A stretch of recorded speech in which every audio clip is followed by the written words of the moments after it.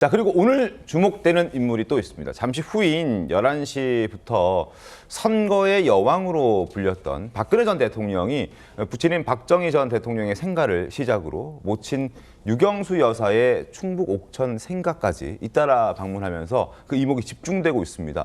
먼저 과거 선거에서 활약했던 박 전 대통령의 모습 보여드리겠습니다.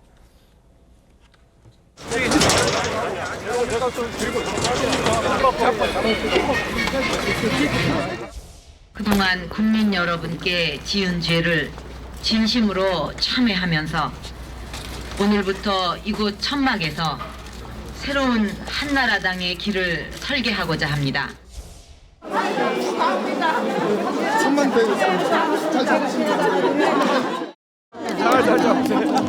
살살 잡으세요. 우리 시장에 쭉 다니다 보면 참 모두 너무 힘들게 어려운 형편에 계시기 때문에 저도 마음이 참 무겁습니다. 박근혜 전 대통령 지난 24일 김문수 후보를 만났죠. 김문수 후보 만나고 첫 외부 행보입니다. 오늘 오전 11시 구미의 고 박정희 전 대통령 생가를 방문할 예정이고, 그리고 오후 2시 30분 옥천에 있는 고 유경수 여사의 생가도 방문할 예정입니다. 자신의 아버지, 자신의 어머님의 생가를 방문한다. 단순히 그 의미 이상의 의미가 있는 박근혜 전 대통령의 행보, 첫 외부 행보인데, 선거 일주일 남았단 말이죠. 사전투표까지 하면은 이제 이틀 남았습니다. 사전투표 이틀 전, 본투표 일주일 전, 박 전 대통령이 외부 활동을 시작했다. 윤희찬 변호사님, 어떤 의미로 봐야 됩니까? 상당히 이례적이긴 한데 저는 큰 여러 가지 의미가 담겨 있다고 봐요. 첫 번째는 작은 점을 본다 그러면 어쨌든 박근혜 전 대통령을 지지했던 일부 지지 모임 등이 민주당 내지 이재명 후보를 지지하거나 합류했잖아요. 네. 여기에 대한 이제 본인이 어떻게 보면 의사표시를 하는 것이죠. 또 하나는 홍준표 전 대구시장이 아직까지는 여러 가지 전략적 포석이라고 저는 해석을 하지만 어쨌든 읽히기에 따라서는 하와이 가서 아직 안 오고 계시기 때문에 TK 등에 대한 민심 수습용으로 박근혜 전 대통령이 나설 수도 있는 거고, 마지막으로 이제 이준석 개혁신당 후보와의 관계 부분도 없지 않아 있어요. 왜냐하면 지금 이제 김재원 전 지금 현 비서실장이 여러 가지 멘트를 했잖아요. 네. 이준석을 찍으면 이재명이 대통령이 된다라는 식의.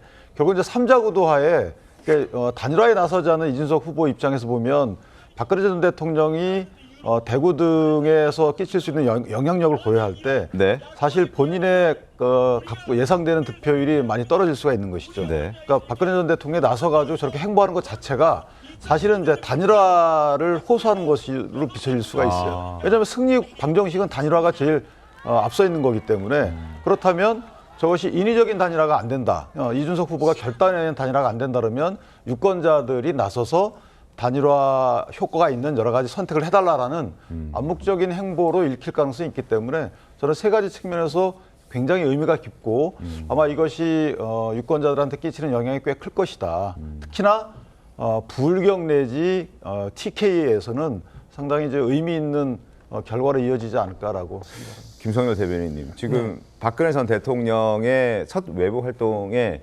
단일화의 의미를 지금 부여하셨는데요. 그러니까 박 전 대통령이 나서서 단일화에 도움이 될 수 있는 방향으로 움직이는 것이다라는 해석, 전망을 좀 해주셨는데 어떻습니까, 보시기에는? 글쎄요, 저도 세 가지 측면에서 좀 반박을 하고 싶은데요. 반박이요? 네. 첫 번째는 너무 늦으셨어요. 나오실 거면 일찍 나오셨어야죠. 근데 일찍 나왔다면 가능성이 있었나요, 그러면? 아니요, 단일화와는 상관이 없이 사실은 김문수 후보가 이 선거를 치르려면 먼저 했어야 되는 거는 내부의 이런 결속이었겠죠. 근데 사실은 당 지지율보다도 좀 낮은 후보 지지율이 나오면서 당의 그 지지율을 다 흡수를 하지 못하다 보니까 이제 박근혜 전 대통령의 힘을 좀 빌리는 상황인 것 같고요. 만약에 그것이 됐다면은 지금쯤 중도층 공략을 하고 있었겠죠.